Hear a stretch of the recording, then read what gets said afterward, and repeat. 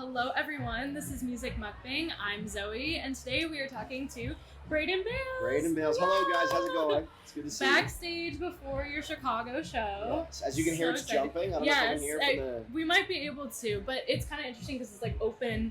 So you're gonna, when the show starts, you're gonna enter from the staircase. Down through the spiral staircase. That's dramatic as hell. That's awesome. It's awesome. That's very so cool. It's a very interesting entrance we have to do. Yeah, I've never been to the Subterranean before, so it's cool to see a show here for sure. So you're from Toronto, Ontario born? Yeah? Okay. And you are signed to Capitol. Now, it's not the first time I've interviewed a Canadian, but I do want to know, in terms of, like, audiences, is there any sort of differences that you notice with, like, how, like, a Canadian show goes versus, like, a show in the U.S. or, like, touring in the U.S. versus? No, but I've only really done, like, for my own shows, I've only done Toronto. Okay. And so I think I will know once I do more of my own shows in Canada. Yeah. But, like, with Games We Play and with Miko, I did kind of like the GTA tour. So you do, like, Waterloo and you do, like, Kingston and whatever. Like, all places that are, like, just about an hour outside Toronto. Okay.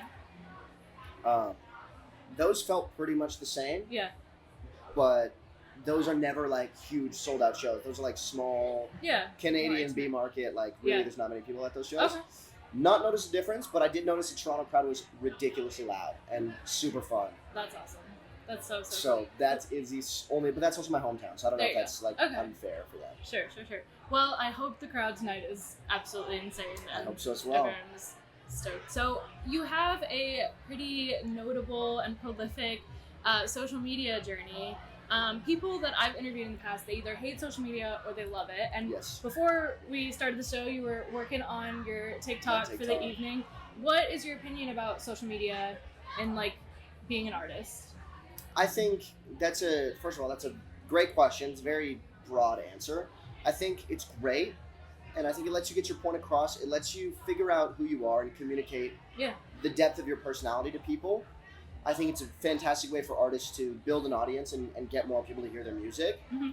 I do think it comes with a certain amount of pressure that can be unhealthy for a lot of artists, and I think the new challenge that artists of today's era face is figuring out how to keep the studio and keep your musical journey and integrity pure and completely unaffected by social media when you're getting a yes or a no about your song every single day. Yes. It becomes very apparent which type of song people like more than others, what's going to perform better on TikTok, what's going to do. And, like, I think a new skill that artists have to develop now that they haven't had to before is the ability to tune all of that out and stay true to your own artistic vision. Yeah. And I think also a thing that I've learned in recent months / the last year that I didn't know before was that it's not all about just posting your songs anymore. Like, it used to just be a method of advertising. Right. And I think that now what we've seen is that just advertising your music isn't enough, and you have to show people who you are. Right. Where advertising your music is great, and it can end up with a song going viral, and that's fantastic. Mm-hmm. But what I didn't know, and what a lot of people didn't know, is that just people hearing your song isn't enough anymore, and you need to show them exactly who you are. So they can be like, I love that song. I like that he eats breakfast at this place. I like that he does this, and he speaks this way. And, like, there's never been so much transparency and visibility. And I think that is scary for a lot of people, and it's fantastic for others. And I think, is it good or bad? I think it's neither, and it's a thing, and each person will have their own different view on whether it's a positive or a negative. Definitely. And was it something that came naturally to you? Not at all. No? How did you, for those that are maybe trying to get more into social media as an artist, how did you get yourself to be so consistent with it? I tried to do everything but social media. So I was starting to make music. I did an audio engineering program. I was mixing and mastering all my own songs. And I finally felt like I have a product here that's good enough. Mm-hmm. And, like, I'm making excellent music on my own. Yeah. And I need to get this heard. And so I wanted to do everything but TikTok. I started off doing Facebook ads. Okay. I was doing $500 per release. Gotcha. Just trying to get it seen the best ways I can, marketing at different places, like sending things to people. Yeah. Nothing was working. And then I was like, okay, fuck it, I'll try the TikTok thing. Am I allowed to swear on here? Yeah, go ahead. Okay, I was like, fuck it, I'll try the TikTok thing. And immediately it had way better output, and it was free. And so for me, it was more, once I realized that was the thing that I had to do to get my music heard. Yeah. And I realized how important it was. It wasn't a question of, like, do I like doing this or do I not like doing this? This was like, okay, I love my music. I want my music to be heard. Yeah. I hate this TikTok shit. Sure. I'm going to do that. And then in consistently forcing myself to do that every single day, I learned how to love doing that. There you go. And so that's, I think for anybody who hates it, do it a lot and do it through, like when you're angry, do it all the time. Push through hating it, and then you'll love it. It's like working out. There you go. Yeah, I feel like, and also to the consistency thing, I feel like the more it becomes part of your routine, the easier it is to get yourself to do it, because it really is just a part of your schedule. Absolutely. And then you're like, okay, got it. Like, I know I need to do this. And you also, like, begin once with the consistency, you know what works, what sorts of things work. So that makes total sense. You become comfortable on camera. Like, at first it felt very foreign to be filmed. Yeah. And I feel like right now, I feel like there's just another person that is that camera here with us. Definitely. You know? And that's a feeling you have to develop over a bunch of videos. For sure. And having such a large part of your journey be online and going viral on TikTok and things like that, was it an adjustment to then turn around and do live shows? After posting videos? Yeah, it definitely was. Because in a video, you can always delete it. Sure. And live shows, live shows you can. And also, like, I got very comfortable with my own vocal production and recording myself. Okay. But live, you only get one try. Right. I think also live, you expect to be able to, I can sing excellent in my bedroom at home. You expect to be able to sing the same in a venue full of people. Yeah. But it's a different beast, singing to a microphone with in-ears, with a band behind you. Right. You have to be very comfortable singing and guessing what you sound like based on what you hear in your ears. Right. Becoming comfortable with the fact that people outside, like the people listening, could be hearing something completely different than what you're hearing. Right.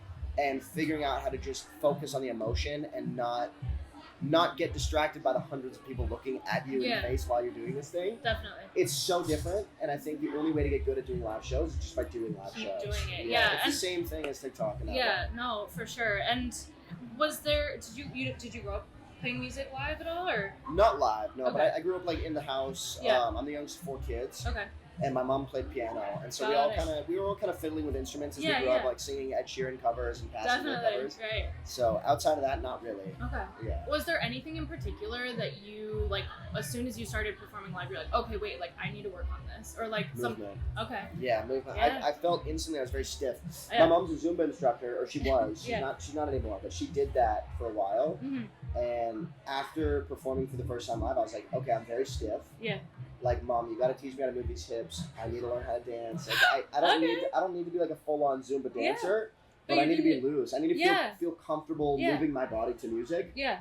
That is very obvious when there's a lot of people watching you sing your song, and you're doing like you're doing this type of like like you're going like it was nuts. Well, and I think also too, like, if you're trading off like instrument, non-instrument throughout the show, you know, like, it's obviously like if you have the instrument, you're doing that, so that's part of the movement, right? But then when you don't have it, it's like, what do you do with your hands, like all that stuff. So that makes sense. That you gotta just like be comfortable moving your body and just focus on the song and the intention behind the song, and that's pretty much it. Definitely.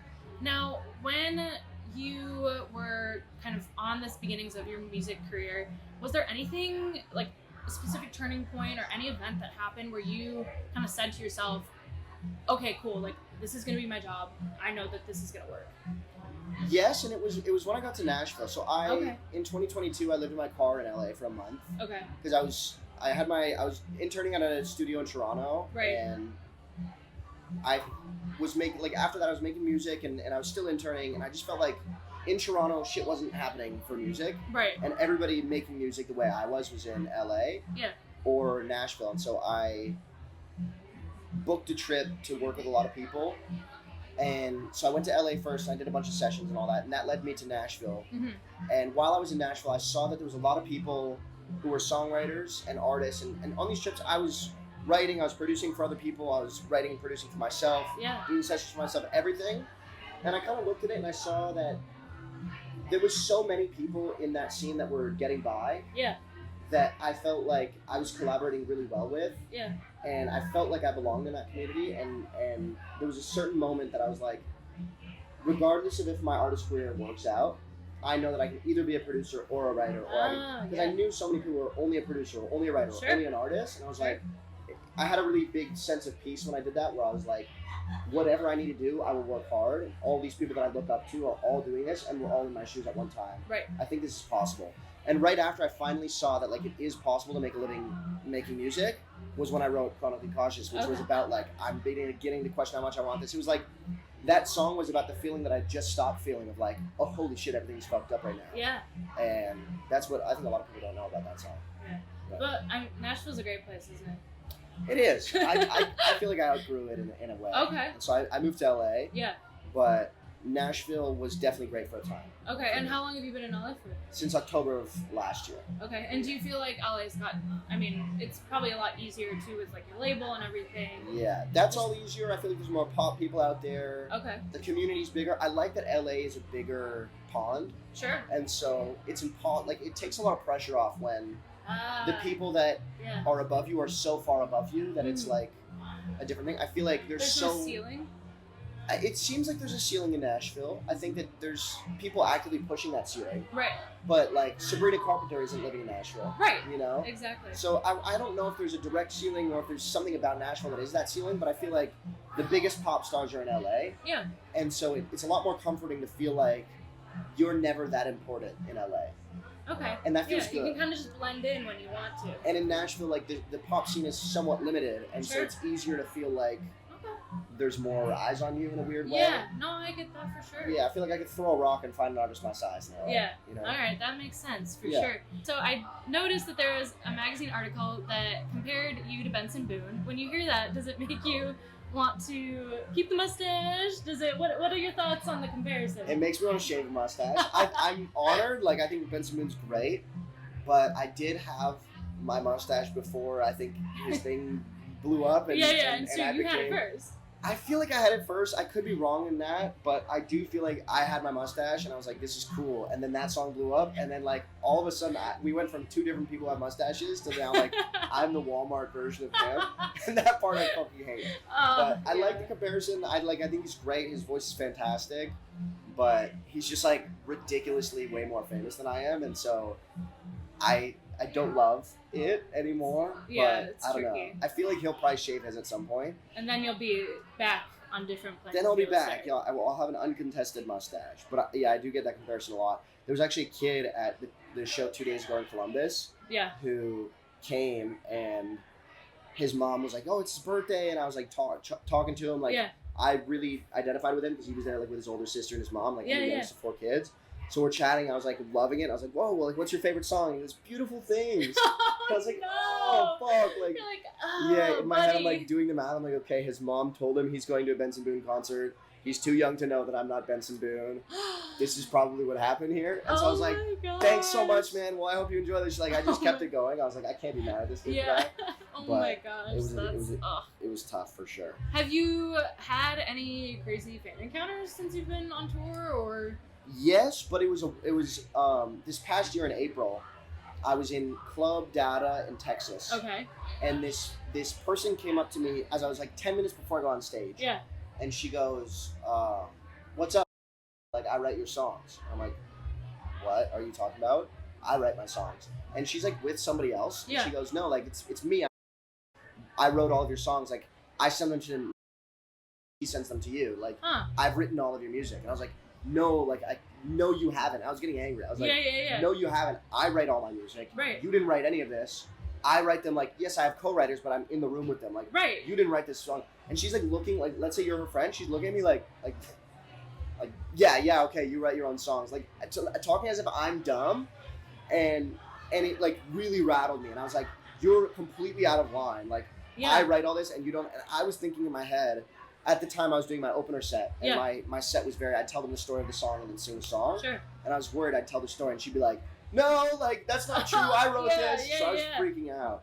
But that happened, that's crazy. Yeah, and I think what the actual story is behind why she was doing that was, I think she probably is a songwriter, and her friend was probably there, and she, like, told her friend that she writes the songs, and the friend was like, "Oh, go up to him then." That's the only rational reason that I feel like that could have happened is that she bragged a little too much to her friend, and then her friend like put it to the test. Okay, that makes sense.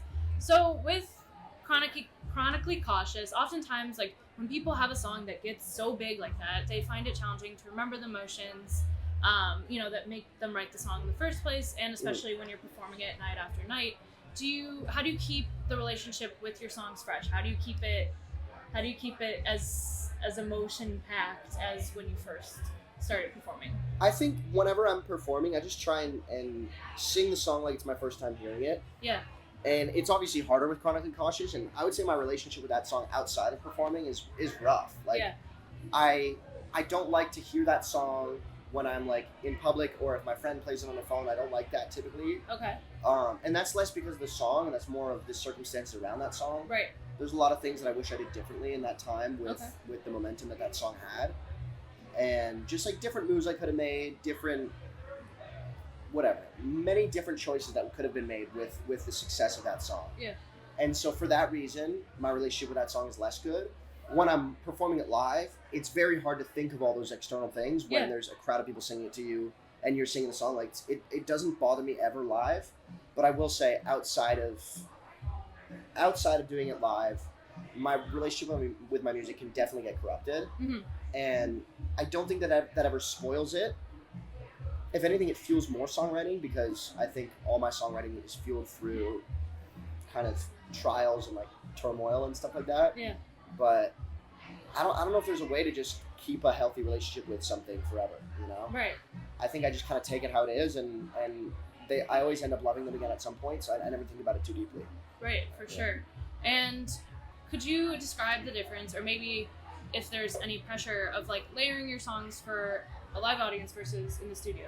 Is that different? How is it to kind of like do that on the fly? When you say layering them, you mean like what do you mean by that? I mean like just kind of not necessarily replicating, but like getting that similar like effect and similar feel. Everything. I think we just, once you sub out the track drums for the drummer, it's immediately different. Okay. And so like for a lot of our songs here, I didn't re-record any tracks or really do much of that. I think one thing I love to do when I'm switching it from studio version to live is a beat cut goes nuts, where everybody stops playing and then they come right back in. I love that. There you go. Yeah. And then just the guitars and the drums being live changes the whole feel of it. Right. Yeah, once you sub out the live guitars and the live drums, Yeah. it doesn't feel anything like the recording, because the drums are typically digital and the guitars are so perfect in the recordings that it'll feel completely different, even if it's the exact same thing. Definitely. Obviously you play multiple instruments. Yes. What would be your go-to strings, picks, sticks, equipment? Drumsticks, I don't have a Okay. specific one, but because I used to use a drum machine. But Sure. for strings, I used a Dario. Okay. For picks, I don't even know. It's a blue pick. Okay. At Guitar Center, I recognize it. Yeah. But it's blue. It's a little bit like, it's rubber. It's like plastic, but a little bit rubbery and Okay. felty. All right. And it's thick. It's like hard. Yeah. We'll find it. Other than that, I don't know. I just kind of get shit as I go. Like I end up You're with not super not picky, attached. Okay. because I'm not like the best guitarist. Like if you ask Jake, my guitarist, he's killer at guitar, and he has all his specifics ironed out. But I'm not good enough at any instrument to have like such specific preferences. Yeah, I got it. Okay. Now, you're on tour right now. You're going to be playing the Moroccan Lounge in LA. Yes. Is there anything that feels different this tour compared to previous live shows, previous people you've toured with this time around? Absolutely. This feels incredible because it's my first headline. Like, just having it be my crowd and knowing that everyone there is here for me. Yeah. Feels so good. And like, that's so exciting. I love to go out and say hello to the line before the shows, and like, just I can assume that everyone who's there knows who I am. Yeah. And connects with the music, and knowing that when I'm on stage is a crazy game changer. Before I was doing just myself and like a keyboard and a drum pad and a guitar. Right. Now I've got a drummer and a guitarist with me, so That's I can just awesome. focus on being there with the crowd and singing the mic and really just having fun. That's so cool. I think everything about it is different, and I love it way more. And I already loved playing live shows when it was just me. Yeah. You know? Exactly. And from what you were describing earlier and just from everything we've seen so far too, it very much seems like you create this very special experience for people that are going to see it in live versus, listening to it, just in their own home. Thank you. They live in two separate things, but both are good, Yeah. So that's awesome. And this is something that I ask everyone before, or when I interview them on the show. Mm-hmm. What would be a dream venue for you? The Danforth Music Hall in Toronto Okay. is the place that I saw my first concert. It was Noah Kahn. headlining in 2020, and it was right before 2020. It was October of 2019. Okay. Because it was Canadian Thanksgiving weekend, Oh, and yeah. JP Sachs was opening for him. Okay. And that was at the Danforth. It's like a 2,000 cap venue, so obviously a bigger dream venue would be like Madison Square Garden or something like that. Yeah.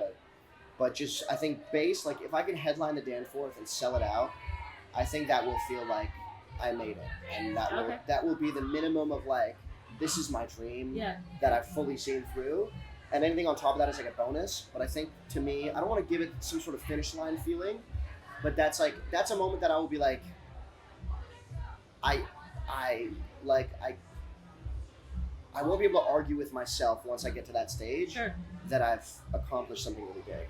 And I think every time I've accomplished something in my career so far, I've felt like it's either something that I feel like can be taken away from me, or that if it's not followed up, it can be kind of disproven. Right. And I think headlining the Danforth, selling it out would be just the most unreal accomplishment. Yeah, that's awesome. And you just released a new song with Ezra last week, I believe, right? Yes. All right, let's promote that real quick. Yes, so I just dropped Glass House with Ezra. What do you want to know about it? How long were you guys working on it? Was this a pretty, because I know you guys are touring together, Ezra's opening for you. Yeah. When was this made? This was made, I forget when, but it was before Christmas. He showed me this demo. Okay. It was like a pretty rough demo of this song, and I was like, I think this is the best song you've ever made. And me and Ezra go way back. When I was living in my car, Ezra took me in, and like I was living with him after 2 weeks of living in my car, I was like sleeping in his driveway, using his kitchen and shower, and like doing everything I needed to do there.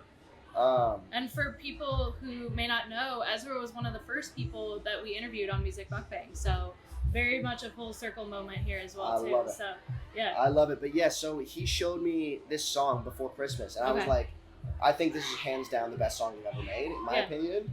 And then he was like, do you want to hop on it? I was like, yeah, for sure. Great. And then I wrote my verse in the studio with him when I got back to LA. Okay. And it came out recently. Like it was pretty straightforward. It was like he made his part of the song. We did one day together on it in the studio, and then I sent him some extra vocals like for like doubles and harmonies and whatnot, and it was done. Perfect. And then we like also realized we were touring together, and we're like, this is the perfect time to like put this out because we're like about to play it together. So we dropped it the Friday before Saturday was the first show.